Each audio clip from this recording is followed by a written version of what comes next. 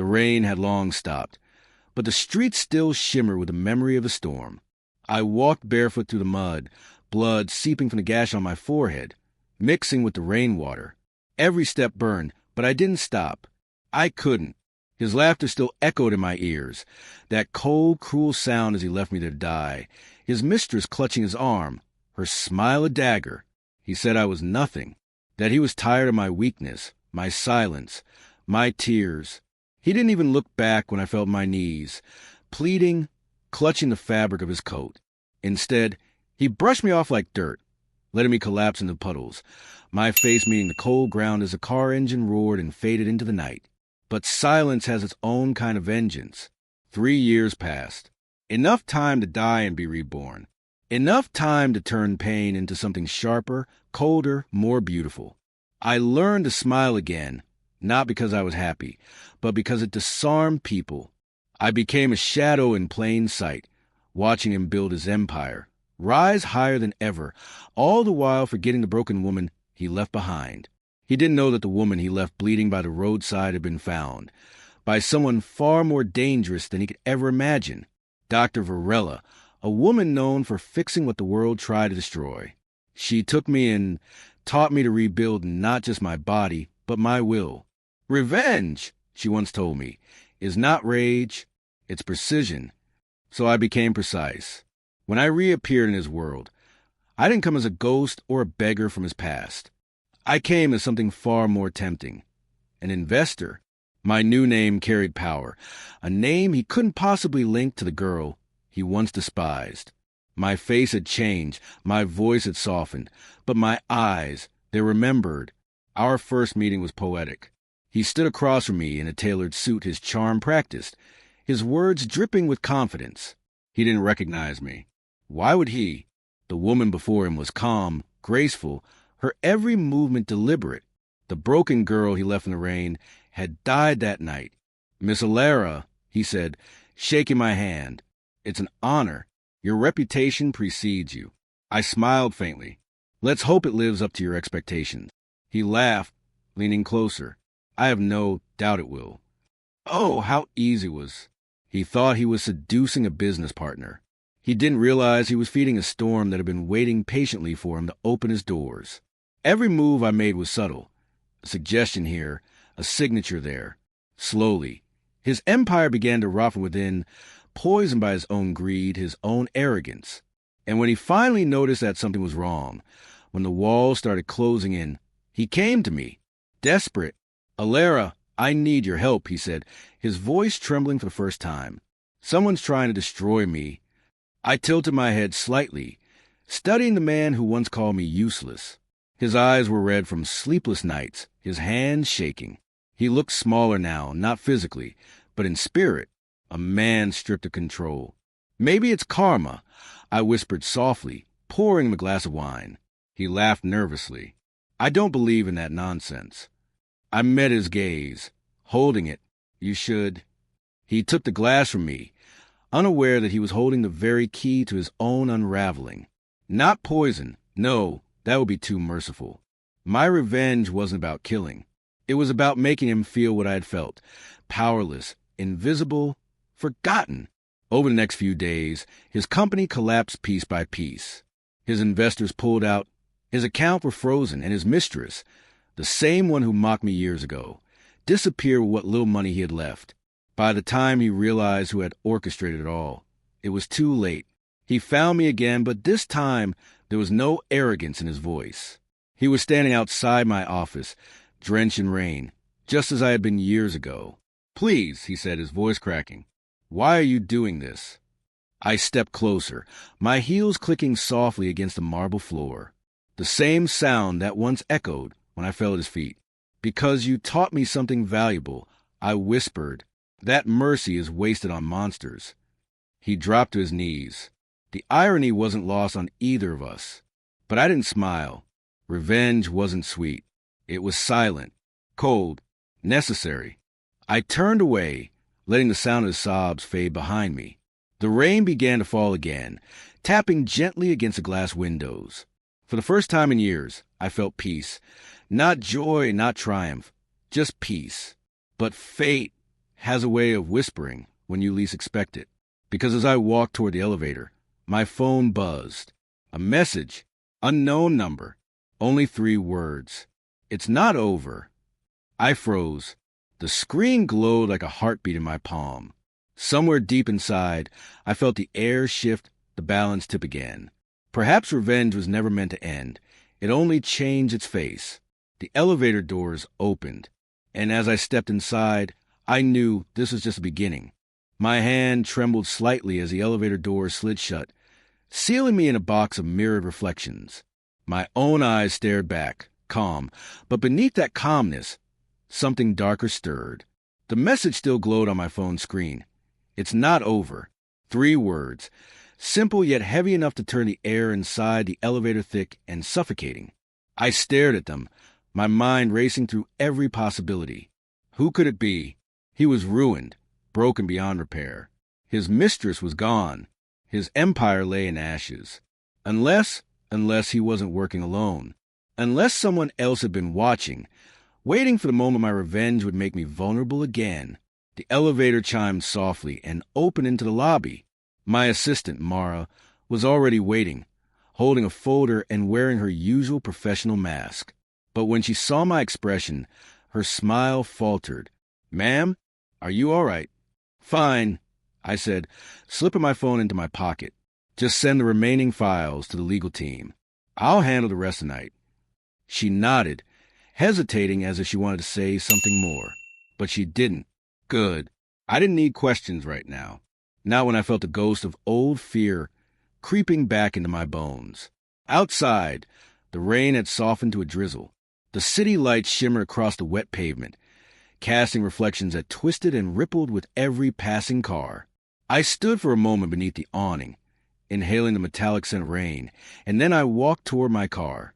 As soon as I sat inside, I turned the key, but before the engine could even hum to life, I noticed it. A single white rose lying on the passenger seat. Fresh, dewy, perfect. My heart skipped a beat. No one knew about my roses. No one. The first rose had been given to me years ago. By him, the man I had loved, the man who had watched me bleed and walked away. He used to say that white roses were for purity, for forgiveness. Now, they only reminded me of the night I begged him to stay, clutching his sleeve as he dropped one on the floor and left. I picked it up carefully, examining the stem. There was a small card tied with a thin black ribbon. My pulse quickened as I unfolded it. Only 2 words were written in neat cursive. "Miss me?" The paper slipped from my fingers. He couldn't have written it. I saw him, broken, trembling, defeated. He was finished. But the message, the rose, it was his language, his style. It was him. I turned on the car and drove through the city, every light blurring into streaks of gold and red. My thoughts chased themselves in circles. Had I gone too far? Or had someone else picked up the pieces of his ruin and decided to play a new game? By the time I reached my penthouse, the night had settled deep over the city. I parked in the underground garage and took the private elevator up. My fingers still felt cold around the key card as the doors opened to my home. Sleek, quiet, elegant. Everything I had built from ashes. I dropped my purse on the marble counter and went straight to the window. The skyline stretched endlessly before me. Somewhere out there, someone was watching. I could feel it, that quiet, invisible presence that had haunted me once before. Then came the sound, faint, deliberate, a soft clink of glass. I turned sharply. My wine glass from this morning sat on the table, half full, but beside it now was another glass, identical, fresh, with condensation on its surface. Someone had been here. I walked toward it slowly, the silence of the room pressing against my ears. I could hear my own heartbeat, loud and uneven. There were no signs of forced entry, no footprints, nothing disturbed, only the wine glass, mocking me with its quiet presence. Then my phone buzzed again. Another message. "Nice view. You always love the rain." My throat tightened. I looked toward the window instinctively, half expecting to see a shadow across the neighboring rooftops. But the city looked normal, beautiful, even too beautiful. The kind of beauty that hides something sinister underneath. I typed back, "Who is this?" The reply came instantly. "You already know." I closed my eyes. The voice in my mind was unmistakable. His voice. Smooth, calm, carrying that subtle arrogance that once charmed me and then destroyed me. But it couldn't be him. I had watched his downfall unfold with precision. I had seen him lose everything. Unless he was never the one in control to begin with. I sat down, breathing slowly, trying to piece together every detail I might have missed. The offshore accounts, the hidden partners, the sudden silence of his mistress after his collapse. What if she hadn't run? What if she'd found him? And what if now, together, they wanted me to feel what they once did? The glass on the table caught the city light, glinting like an unspoken threat. I picked it up and smelled it, faint traces of wine, expensive, my brand. Whoever it was had known my taste, my habits, my schedule. They were close, too close. I called Mara. She answered on the second ring. "Mara, did anyone access my apartment today?" "No, ma'am." I checked the logs. "Only housekeeping this morning." "Why?" "Lock down the system." I said quickly, "Change every access code, security pattern, and contact the building surveillance. I want every camera feed from the past 24 hours on my desk tomorrow morning." Her voice wavered slightly. "Understood. Should I call security?" "No," I said, glancing toward the window again. "Not yet."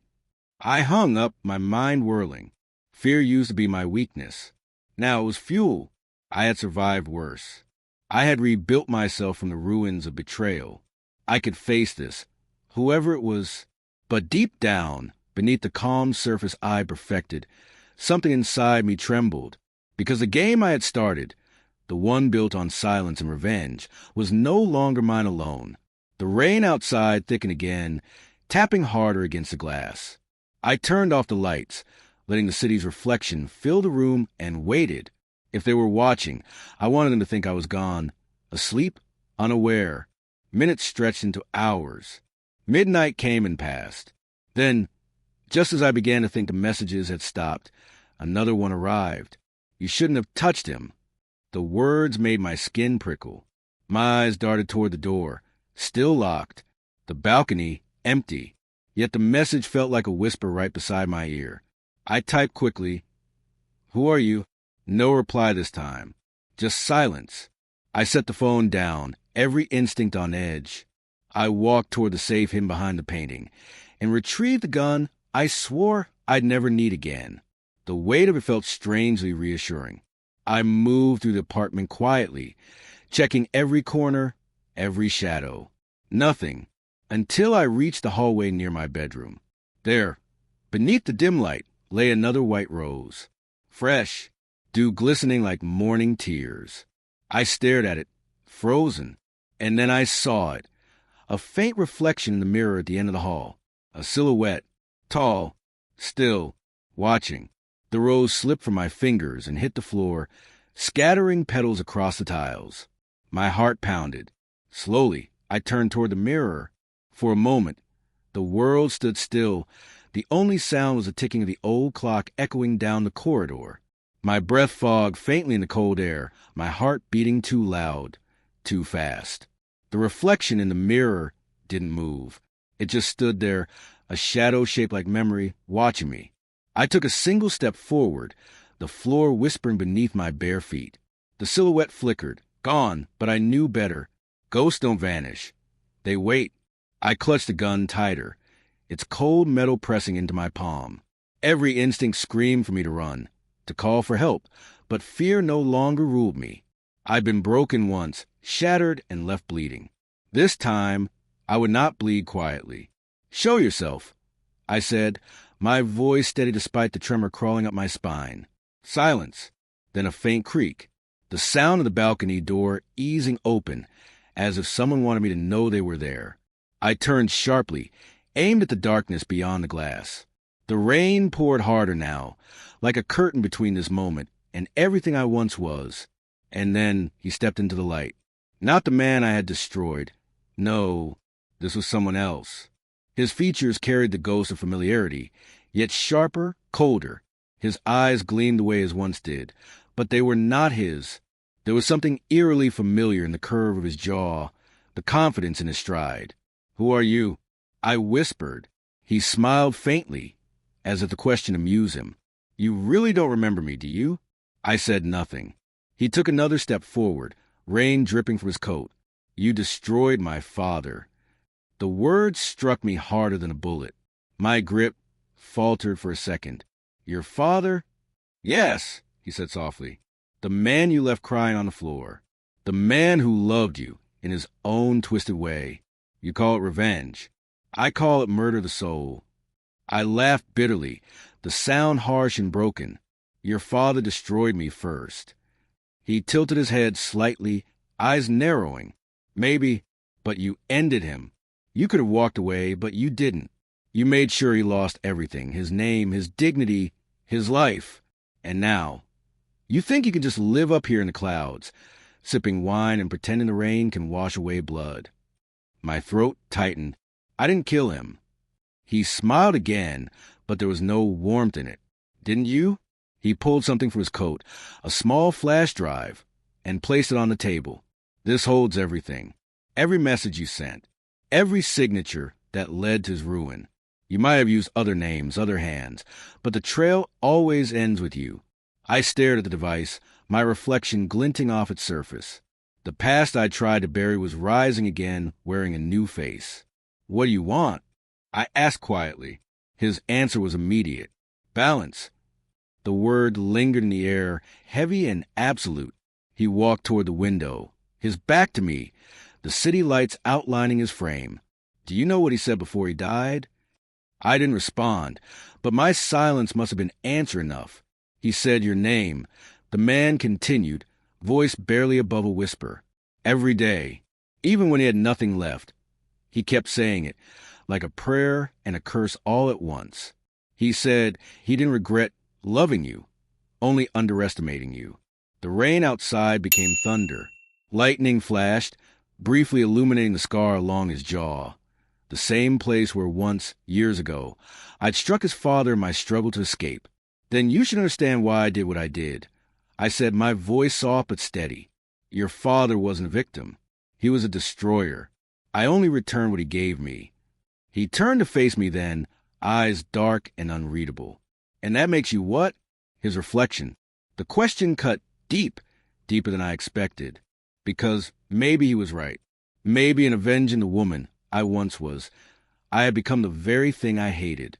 Calm, cold, calculated. A mirror of the cruelty I once suffered. He took a step closer, his voice low. "You think revenge ends when your enemy falls? It doesn't. It just changes faces. It becomes you." Something inside me trembled. I had built walls so high that even my guilt couldn't climb them. But now, standing in front of the son of the man I destroyed, I felt every brick begin to crack. "I didn't want this," I whispered. "I wanted peace." "Then why does it still burn in your eyes?" he asked softly. "You don't want peace. You want power over the pain. You want to control it. But pain doesn't bow to anyone." His words echoed in the silence between us. For a long moment, neither of us moved. Then, without warning, he picked up the glass of wine on the table and took a slow sip. "You even drink the same brand," he murmured. He used to say this wine tasted like regret. I stepped forward sharply. "If you came here to kill me, then do it. But don't stand there pretending you understand what he did." He met my gaze, his expression unreadable. "Kill you? No, that would be too simple. I came here to remind you.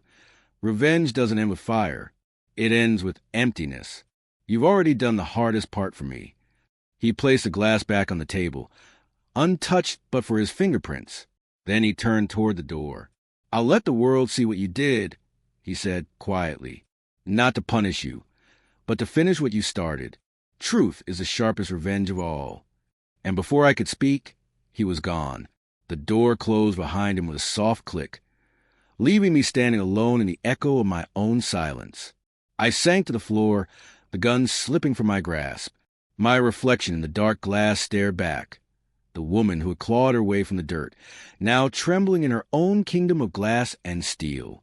Outside, the rain softened again, falling like forgiveness I couldn't feel. I looked at the flash drive still glinting on the table, small and merciless. My mind replayed every choice, every moment when I could have stopped, when I could have chosen healing instead of destruction. But I hadn't. The thunder rolled in the distance, and for the first time in years, I felt something break inside me. Not fear, not anger, but the weight of realization. In destroying him, I had become him. I rose slowly, walking to window. The city stretched endlessly, lights blinking like 1,000 judging eyes. Somewhere out there, he was watching, waiting for my next move. And I knew this wasn't over. The phone vibrated again. Another message. No name. Just a photo, me, standing by the window, taken from outside. I stared at it, the edges of reality blurring. Someone was still here.